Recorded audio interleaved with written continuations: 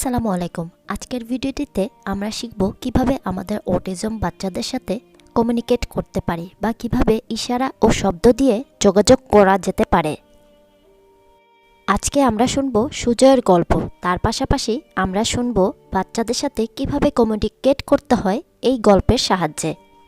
সুজয়ের গল্প, জয়াকে কিছু চাইতে শেখানো। আমার নাম সুজয়, আমার 2 মেয়ে জয়া আর মায়া। ওরা 2 বছরের ছোট বড়, কিন্তু আমার বড় মেয়ে জয়া ওর বোনের চেয়ে অনেকটা আলাদা। ও সব কিছু দেরিতে শেখে। ছোট মেয়ে মায়া মাত্র 4 বছর, কিন্তু ও ইতিমধ্যেই অনেক বেশি বুঝদার এবং অনেক কিছু করতে পারে। আমি কোনো দিন ভাবিনি জয়ার মতো মেয়ে আমার ঘরে হবে। আমি জানি হয়তো কেউই প্রস্তুত থাকে না, তবে আমি এটা বুঝেছিলাম যে আমি আর কিছু না পারি, ওকে ভালোবাসতে পারি, ও যেমন সেভাবেই ওকে গ্রহণ করতে পারি আর ওকে সাহায্য করতে পারি। আমি ওর ভবিষ্যৎ স্থির করে দিতে চাই না। এটা আমার জন্য খুব কঠিন ছিল, কারণ আমি চেয়েছিলাম আমার 2 মেয়ে সেরা হোক। প্রথম দিকটা খুব কঠিন ছিল। আমার কোনো কিছু ভালো লাগতো না, শুধু জয়ার কথা, ওর অক্ষমতার কথা ভাবতাম। ওর কি হবে, আমার বাড়ির সবার কি হবে, এই ছিল চিন্তা। জয়া কোনো কথা বলতে পারতো না। সে মাঝে মাঝেই খুব বিরক্ত হয়ে যেত আর খুব জেদ করত, যেটা আমাকে খুব হতাশ করত। সে যে কি চাইতো সেটা বোঝাতে পারতো না। আমরা নানা রকম অনুমান করে কাজ করতাম, আর সেটা নিশ্চয়ই জয়ার জন্যেও খুব কঠিন হতো। যখনই জয়া ইশারাতে বা কোনো শব্দের মাধ্যমে কিছু বলতে চাইতো, আমি সঙ্গে সঙ্গে সাড়া দিয়ে ওকে আরও উৎসাহ দিতাম। আমার মনে হতো ওকে অনেক শব্দ শেখানো উচিত, কিন্তু আমি বুঝতে পেরেছিলাম আমাকে ওর লেভেলে গিয়ে 1 বা 2 শব্দই বলতে হবে যাতে ও শিখতে পারে। আমি খুব ভালো করে লক্ষ্য করলাম যে কখন জয়া কিছু চাইছে। যখন দেখলাম ওর কিছু লাগবে, আমি জানতাম আমাকে কিছুক্ষণ কয়েক সেকেন্ড অপেক্ষা করতে হবে যাতে সে আমাকে জিজ্ঞেস করার সুযোগ পায়। যদি সে না করত, তখন আমি ইশারা করে কিভাবে চাইতে হয় দেখাতাম আর সেই শব্দটা বলে দিতাম।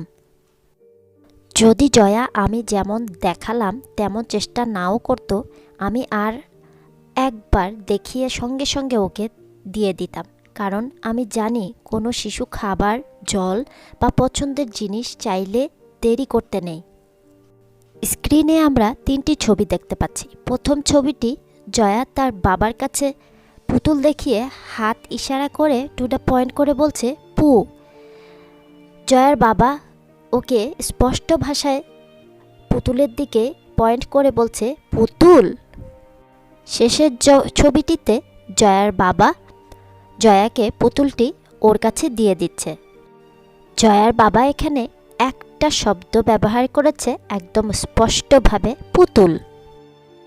আমার মনে হয় আগে আমি সবসময় তাড়াহুড়া করতাম, আর জয়ার ভাবতে বা বুঝতে কিছু বেশি সময় লাগতো।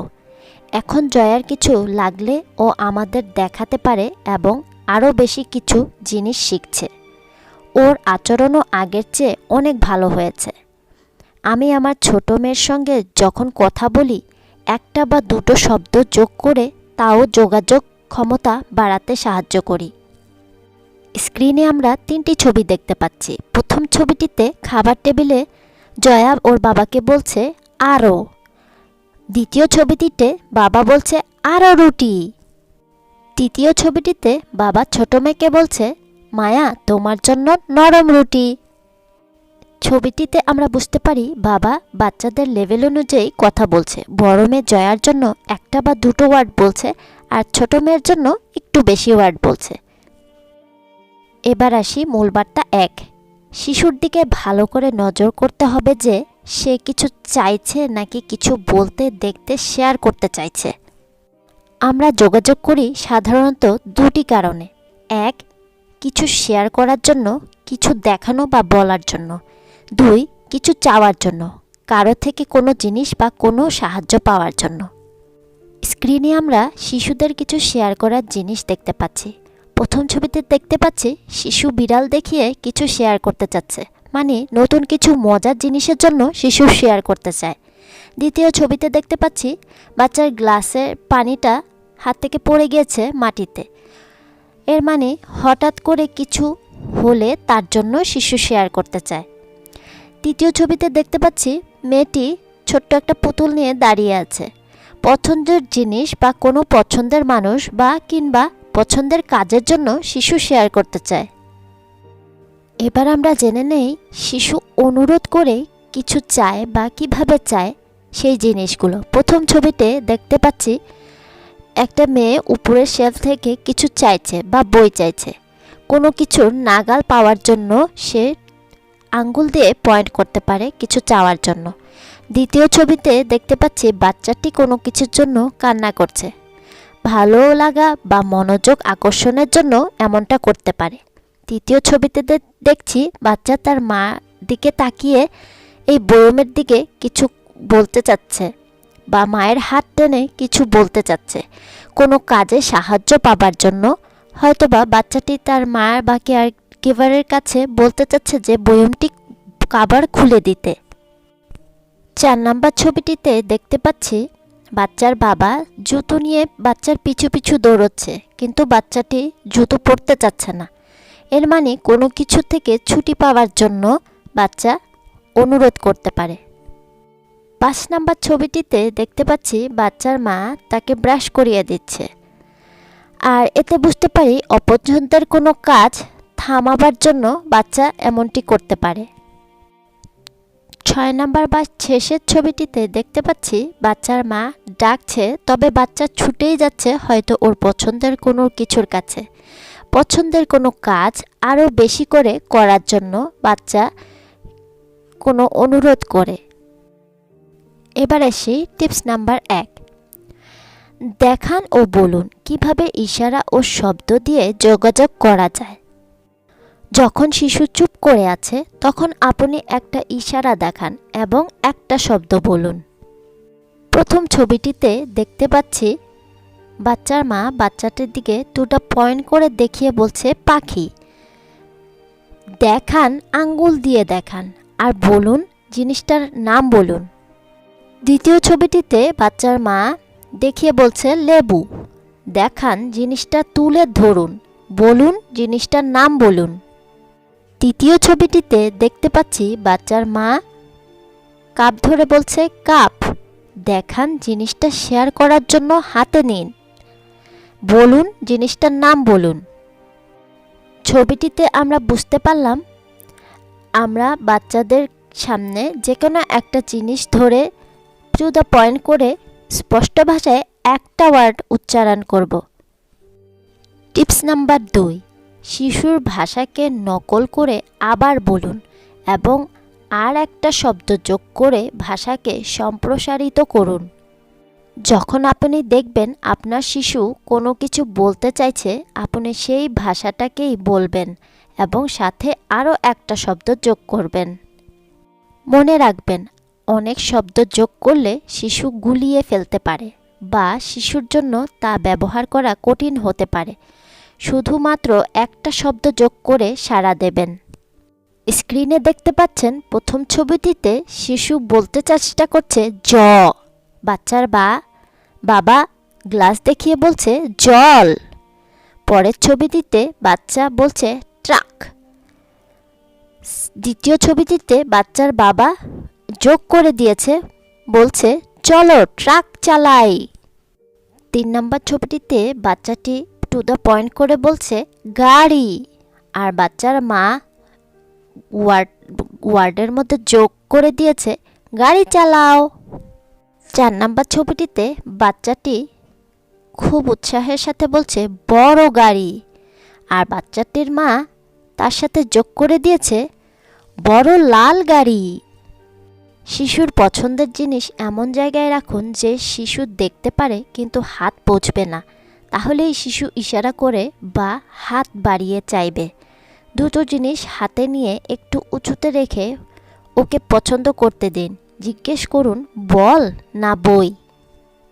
কোনো জিনিসের ছোট অংশ দিন আর বাকিটা এমন জায়গায় রাখুন যাতে শিশু হাত না পায়। শিশু যাতে নিজেই চাইতে আসে তার জন্য অপেক্ষা করুন। মনে রাখবেন, কখনোই শিশুর প্রধান খাবার বা জল নিয়ে এই অপেক্ষা করবেন না। আপনি যখন মনে করবেন শিশুর জল বা খাবার লাগবে তখনই দেবেন। স্ক্রিনে প্রথম ছবিটিতে দেখতে পাচ্ছি শিশু টেবিল থেকে কিছু চাইছে। শিশু দেখতে পারে কিন্তু হাত পৌঁছবে না এমন করে জিনিস রাখুন। দ্বিতীয় ছবিটিতে দেখতে পাচ্ছি শিশুর বাবা বা কেয়ার গিভার দুটো জিনিস দেখিয়ে বলছে বল নাকি পুতুল। দুটো জিনিস হাতে নিয়ে একটু উঁচুতে রেখে ওকে পছন্দ করতে দিন। তৃতীয় ছবিটিতে দেখতে পাচ্ছি বাচ্চার মা বা কেয়ার গিভার ওকে একটা একটা করে খেলনা দিচ্ছে হাতে, আর শিশুটি সেগুলো একটা একটা করে সাজিয়ে নিচ্ছে। কোনো জিনিসের ছোট অংশ দিন। এর মানে আমরা বুঝতে পারলাম একসাথে পুরোটো খেলনা না দিয়ে একটা একটা দিলে বাচ্চার সুবিধা হয় একটি একটি করে সাজাতে। কিছু শেয়ার করার জন্য শিশু যাতে যোগাযোগ করে তার সুযোগ তৈরি করতে হবে। যেমন শিশুর সাথে একটা রুটিন তৈরি করুন। শিশু যাতে শেয়ার করে তার জন্য অপেক্ষা করুন। যদি সে না করে তাহলে দেখান ও বলুন। আপনি একটা ইশারা দেখান ও একটা শব্দ বলুন। তারপর শিশু কি করে শেয়ার করে তার জন্য অপেক্ষা করুন। হঠাৎ করে এমন কিছু করুন যেটা শিশুর ভাবনার বাইরে আর খুব মজার। দেখুন শিশু ও সেটাই আপনার সাথে শেয়ার করছে কি না। স্ক্রিনে প্রথম ছবিটিতে দেখতে পাচ্ছি বাচ্চার মা বা কেয়ার গিভার বাচ্চাটিকে একটা টেবিলের মধ্যে বসিয়েছে আর টেবিলে কিছু প্লেটে কিছু অ্যাপেল কেটে দিয়েছে।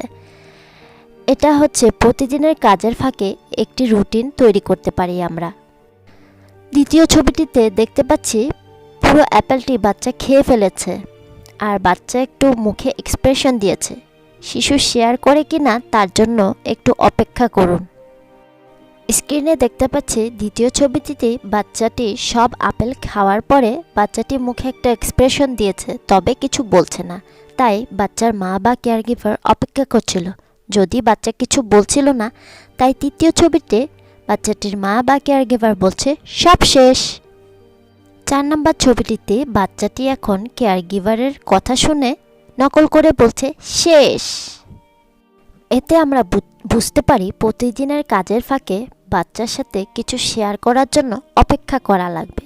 যদি বাচ্চা না বলে সেটা আমাদের দুটো বা একটি ওয়ার্ডে বলে দিতে হবে। সেটা নকল করেই বাচ্চা আমাদেরকে তার কথাটি আবার রিপিট করবে। আজকের গল্পটি এখানেই শেষ করছি। যদি গল্পটি আপনাদের ভালো লাগে তাহলে শেয়ার করে অন্যদেরকেও সুযোগ করে দিন দেখার জন্য। দেখা হবে পরবর্তী কোনো নতুন গল্পতে। ততক্ষণ সবাই ভালো থাকুন। আল্লাহ হাফেজ। আসসালামু আলাইকুম।